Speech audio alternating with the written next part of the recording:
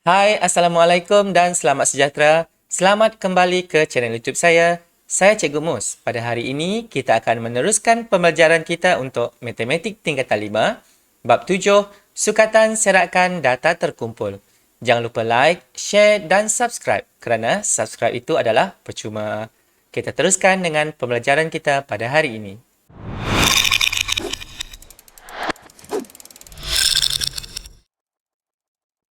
Yang seterusnya, menentukan persentil. Ataupun dalam bahasa Inggeris dia percentile.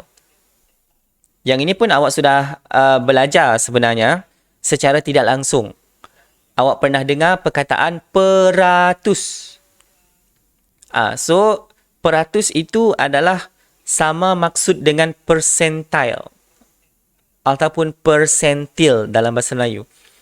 So, persentil ialah nilai yang membahagikan satu set data kepada 100. Sebab itu dia dipanggil percentile ataupun peratus. Bahagian yang sama dan diwakili dengan P1, P2, P3 sehingga P99. Okay, jaranglah dia minta awak cari P100. Kalau P100 itu senang sangat. Okay, sebab itu dekat sini dia bagi sampai 99 sahaja. Okay. Contoh 8 buku teks muka surat 209. Ojif di sebelah menunjukkan skor ujian kecerdasan yang dilakukan oleh calon yang ingin memohon jawatan di sebuah syarikat. Okay, dia sudah bagi awak Ojif. Okay, dia sudah bagi Ojif dekat sini. Kekerapan longgokan pada paksi mencancang dan sempadan atas dekat paksi mengufuk. Walaupun dekat sini dia tulis skor, tapi ini adalah sempadan atas. Okey, soalan A. Berdasarkan Ojif, cari persentil ke-10 ataupun P10. Yang kedua, persentil ke-46. P46. B, hanya calon yang memperolehi... Okey, soalan B ni lepas ini saya baca. Saya tengok dulu soalan A. Okey, untuk soalan A, dia minta awak cari persentil ke-10. Okey, awak boleh tengok buku teks muka surat 210. Persentil ke-10 itu maksudnya ialah 10% daripada kekerapan longgokan. Okey, itu yang dimaksudkan dengan persentil ke-10. 10% daripada kekerapan longgokan. Kita tengok di dalam graf ini. Kekerapan longgokan awak yang mana? Terus letak 60 kah kekerapan longgokan awak? Okey, jangan cuai macam itu.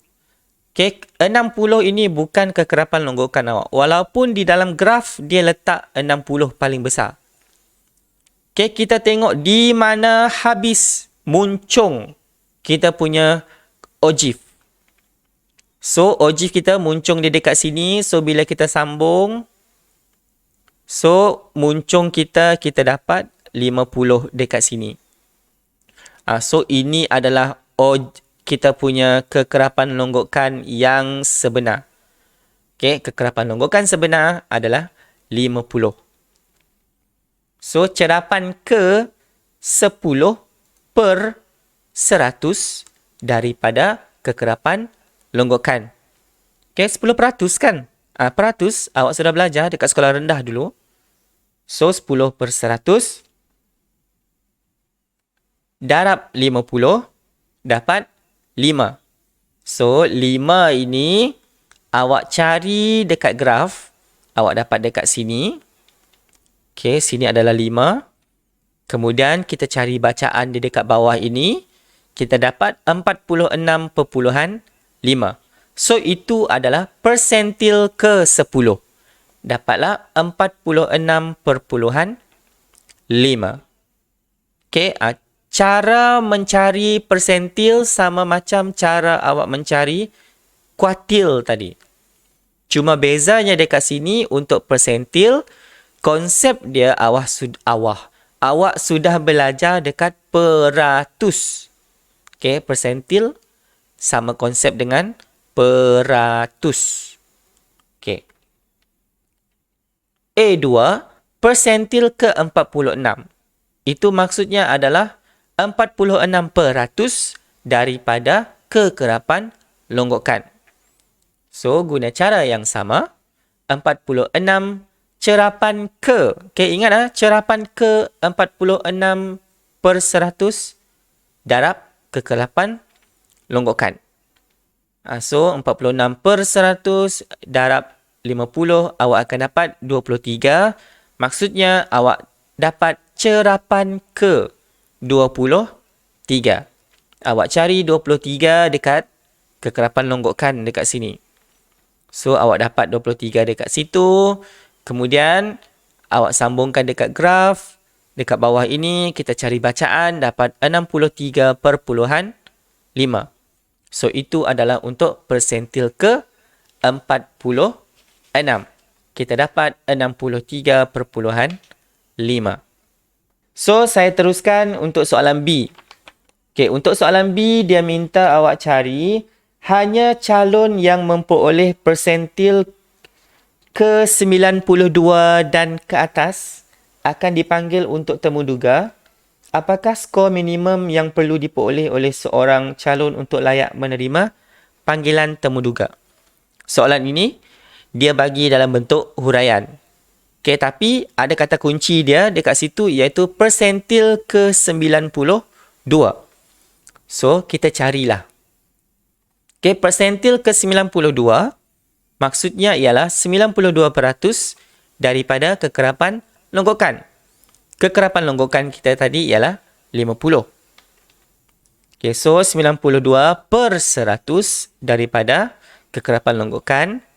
Cerapan ke 92 darab dengan 50 sama dengan 46. Okay, 46 ini kita cari daripada graf. Okay, 46 ada dekat sini. So, sini 46. Kita sambungkan dekat graf. Kita akan dapat bacaan 77 dekat sini. So, daripada graf, kita dapat P92 sama dengan 77. Okay, so maksudnya, markah minimum yang diperlukan untuk dipanggil temuduga ialah 77. Maka hanya calon yang memperoleh skor minimum 77 dalam ujian kecerdasan itu akan dipanggil untuk temuduga. Okey, kalau awak perasan, langkah kerja dia sama macam soalan A tadi. Cumanya dekat sini, dia dalam bentuk huraian. Okey, untuk soalan C pula, kita tengok soalan C. Yang ini dia patah balik. Kalau tadi soalan A dan soalan B kita ke hadapan. Okey, soalan C dia ke belakang. Apa yang saya maksudkan dengan ke belakang? Okey. Kita tengok soalan dia. Berapakah peratusan? Tengok soalan ini dia minta awak cari peratusan. Kalau soalan A, soalan B tadi dia bagi awak peratus, cari nilai. Sekarang dia suruh awak cari peratus itu. Berapakah peratusan calon yang mendapat skor 57 dan ke bawah? Okey. So, dia cakap dekat situ skor 57. Skor ini, kita cari daripada graf. Kita cari dekat mana? Dekat sini kah? Dekat bawah ini kah? Okey, jangan cuai. Dekat sini, dia sudah tulis skor. Okey, dekat sini dia sudah tulis skor. So, kita tengoklah skor. Skor dekat paksi X ataupun paksi mengufuk. So, kita carilah 57 dekat sini. Okey, 57 saya dapat dekat situ. Kemudian, saya bawa naik ke atas graf. Saya baca dekat sini, saya dapat 15. Okey, cerapan ke-15. So, cerapan ke-15, macam mana nak cari peratus? Maka, peratus calon yang mendapat skor bawah 57 ialah cerapan ke-15 tadi, yang kita dapat dekat sini, Nak cari peratus, macam biasa, 15 per 50, kita punya kekerapan longgokan tadi, darabkan dengan 100. So, dapatlah 30 peratus. Okay, kita nak cari peratus. Kan? So, jawapan dia, maka hanya 30% daripada calon yang mendapat markah kurang daripada 57. Ataupun yang mendapat markah 57 dan ke bawah. Okey, kesimpulan. So, untuk kesimpulan hari ini tadi kita ada tengok dua benda sahaja. Yang pertama tadi adalah macam mana nak lukis ogive. Okey, dekat sini dia punya ringkasan. So, untuk lukis ogive awak hendaklah dia bentuk S macam ini. Okey, dia macam bentuk S. Tapi saya biasa guna cakap dekat student ogive huruf F. F awak biasa memang ada ekor macam itu kan. Biasanya memang tulis F macam itu. Betul? So nampaklah F dia macam ini. So graf awak sepatutnya bentuk dia macam itu juga. So untuk ogive. So yang pertama sekali untuk ogive awak perlu tambah kelas sebelum kelas yang diberikan dalam soalan. Awak tambahkan dia dengan kekerapan sifar. Okay, lepas itu awak cari sempadan atas. Okay, untuk cari sempadan atas, awak tengok kelas yang dekat belakang itu tadi, awak tambahkan dia dengan perpuluhan 5. Contohnya dalam soalan yang kita dah tengok tadi, 99.5. Lepas itu, 149.5. 199.5. 249.5. Yang dekat belakang itu awak tambahkan dengan perpuluhan 5. Itu dipanggil sempadan atas. Seterusnya, awak cari kekerapan longgokan. Macam mana nak cari kekerapan longgokan? Awak tambahkan kekerapan dia. Kalau sifar, awak tambahkan dengan 4. Awak akan dapat 4. Awak tengok muka surat 207 tu. Okey, kemudian 4. Awak tambah dengan 11. Awak akan dapat 15. 15. Awak tambah dengan 15. Awak akan dapat 30.